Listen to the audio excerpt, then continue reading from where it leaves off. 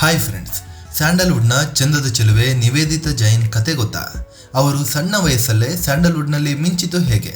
ಮಿಂಚಿದಷ್ಟೇ ವೇಗವಾಗಿ 19ನೇ ವಯಸ್ಸಿನಲ್ಲಿ ಬಾರದೂರಿಗೆ ಪಯಣಿಸಿದ್ರ? ಈಕೆಯ ದುರಂತ ಅಂತ್ಯದ ಹಿಂದಿದ್ದ ಆ ಮಾಜಿ ಸಿಎಂ ಕೈವಾಡ, ಸುಂದರಿಯ ಸಾವಲ್ಲಿ ಅನುಮಾನ ಮೂಡಿಸಿದ ಅಂಶಗಳೇನು ಎಲ್ಲವನ್ನ ಈ ವಿಡಿಯೋದಲ್ಲಿ ಹೇಳ್ತೀವಿ. ಅದಕ್ಕೂ ಮುನ್ನ ನೀವಿನ್ನು ನಮ್ಮ ಚಾನಲ್ಗೆ ಸಬ್ಸ್ಕ್ರೈಬ್ ಆಗಿಲ್ಲ ಅಂದ್ರೆ ಈ ಕೂಡಲೇ ಆಗಿ ಪಕ್ಕದ ಗಂಟೆ ಗುರುತಿನ ಮೇಲೆ ಕ್ಲಿಕ್ ಮಾಡಿ. ಮುದ್ದಾದ ನಗು, ಯಾರಿಗೂ ಏನ್ ಕಮ್ಮಿ ಇಲ್ಲ ಅನ್ನೋ ಆಕ್ಟಿಂಗು, PUC ಓದೋ ವಯಸ್ಸಿಗೆ ಹೀರೋಯಿನ್ ಪಟ್ಟ. ಇಂಥ ನಿವೇದಿತಾ ಜೈನ್ 1979ರ ಜೂನ್ 9ರಂದು ಬೆಂಗಳೂರಲ್ಲಿ ಜನಿಸಿದ್ರು. ತಂದೆ ಕ್ಯಾಪ್ಟನ್ ರಾಜೇಂದ್ರ ಜೈನ್, ತಾಯಿ ಗೌರಿಪ್ರಿಯಾ. ಮುದ್ದಾಗಿದ್ದ ನಿವೇದಿತಾ ಜೈನ್ಗೆ ಮಾಡೆಲಿಂಗ್ನಲ್ಲಿ ತುಂಬಾ ಆಸಕ್ತಿ ಇತ್ತು. 15ನೇ ವಯಸ್ಸಿಗೆ ಮಿಸ್ ಬೆಂಗಳೂರು ಕಿರೀಟ ಧರಿಸಿದ್ರು. ಇಂಥದ್ದೊಂದು ಸೌಂದರ್ಯ ಕಿರೀಟ ಸಿಕ್ಕ ಮೇಲೆ ಸಿನಿಮಾ ಲೋಕಕ್ಕೆ ಎಂಟ್ರಿ ಕೊಡೋದು ಕಷ್ಟದ ವಿಚಾರ ಆಗಲಿಲ್ಲ. 16ನೇ ವಯಸ್ಸಿನಲ್ಲಿ ಸಿನಿಮಾ ಫೀಲ್ಡ್ಗೂ ಎಂಟ್ರಿ ಕೊಟ್ರು. ಹೌದು, ಮಿಸ್ ಬೆಂಗಳೂರು ಗೆದ್ದಿದ್ದ ನಿವೇದಿತಾ ಜೈನ್ ಪತ್ರಿಕೆಗಳ ಮೂಲಕ ಫೇಮಸ್ ಫಿಗರ್ ಆಗ್ಬಿಟ್ಟಿದ್ರು. ಹೀಗಾಗಿ ಅವರ ಮೇಲೆ ರಾಜ್ಕುಮಾರ್ ಹೋಮ್ ಪ್ರೊಡಕ್ಷನ್ ಹೌಸ್ನ ಕಣ್ಣು ಬಿತ್ತು. 1996ರಲ್ಲಿ ಒಂದಿನ ರಾಜ್ಕುಮಾರ್ ಅವರ ಪ್ರೊಡಕ್ಷನ್ ಹೌಸ್ ಕಡೆಯಿಂದ ನಿವೇದಿತಾಗೆ ಆಫರ್ ಬಂತು, ನೀವು ನಮಗೆ 2 ಸಿನಿಮಾ ಮಾಡಿಕೊಡ್ಬೇಕು ಅಂತ. ಆಗಿನ್ನು ನಿವೇದಿತಾ ಜೈನ್ಗೆ ಆಗಿದ್ದಿದ್ದು ಜಸ್ಟ್ 17 ವರ್ಷ ವಯಸ್ಸು. ಇಂಥ ಆಫರ್ ಬಿಡಕ್ಕಾಗುತ್ತಾ? ನಿವೇದಿತಾ ಜೈನ್ ಖುಷಿಯಾಗಿ ಒಪ್ಕೊಂಡ್ರು. ಮೊದಲಿಗೆ ರಾಘವೇಂದ್ರ ರಾಜ್ಕುಮಾರ್ ನಟನೆಯ ಶಿವರಂಜನಿ ಸಿನಿಮಾದಲ್ಲಿ ನಿವೇದಿತಾ ಜೈನ್ ಸಿನಿರಂಗಕ್ಕೆ ಕಾಲಿಟ್ರು.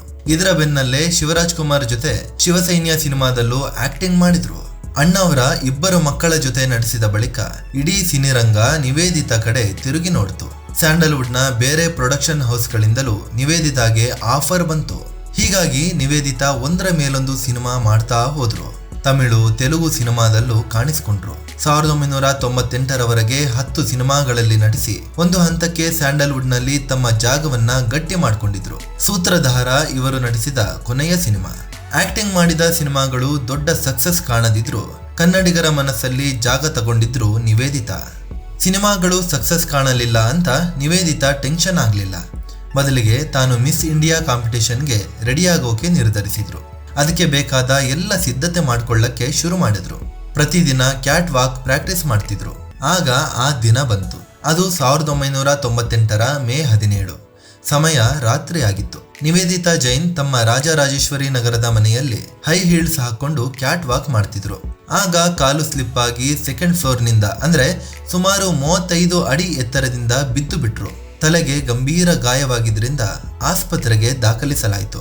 ಸೀನಿಯರ್ ಡಾಕ್ಟರ್ಗಳ ದೊಡ್ಡ ತಂಡ ಸೇರ್ಕೊಂಡು ಚಿಕಿತ್ಸೆ ನೀಡಿದ್ರು. ಮೊದಲಿಗೆ ಆಗಾಗ್ಗೆ ಪ್ರಜ್ಞೆಗೆ ಬರ್ತಿದ್ದ ನಿವೇದಿತಾ ನಂತರ ಕಂಪ್ಲೀಟ್ ಆಗಿ ಕೋಮಾಗೆ ಜಾರಿದ್ರು.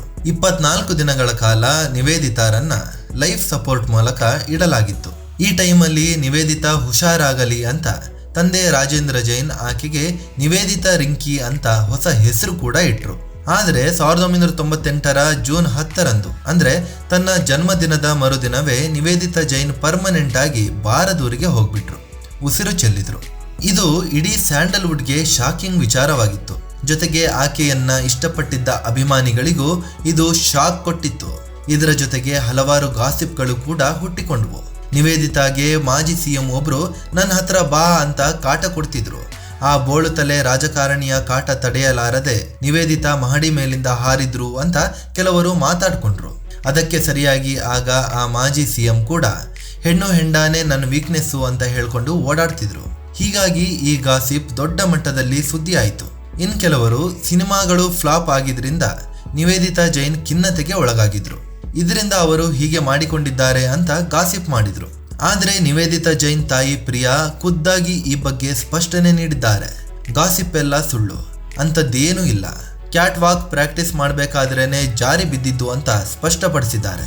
ಫ್ರೆಂಡ್ಸ್, ಇದು ಸಹಜ ಸುಂದರಿ ನಿವೇದಿತಾ ಜೈನ್ ಜೀವನದ ಕಥೆಯನ್ನ ನಿಮ್ಮ ಮುಂದಿಡುವ ಪ್ರಯತ್ನ. ನಿವೇದಿತಾ ಈಗ ಇದ್ದಿದ್ರೆ ಮಾಲಾಶ್ರೀ ರೀತಿ, ಶ್ರುತಿ ರೀತಿ, ಸುಧಾರಾಣಿ ರೀತಿ ಸೀನಿಯರ್ ಸ್ಟಾರ್ ನಟಿಯಾಗಿ ಇರ್ತಿದ್ರು. ಇವರ ನಟನೆಯ ಸಿನಿಮಾಗಳಲ್ಲಿ ನಿಮಗೆ ಯಾವುದು ಇಷ್ಟ ಅಂತ ಕಾಮೆಂಟ್ ಮಾಡಿ ಹೇಳಿ. ಅದೇ ರೀತಿ ನೀವಿನ್ನು ನಮ್ಮ ಚಾನಲ್ಗೆ ಸಬ್ಸ್ಕ್ರೈಬ್ ಆಗಿಲ್ಲ ಅಂದರೆ ಆಗಿ ಸಪೋರ್ಟ್ ಮಾಡಿ. ಧನ್ಯವಾದ.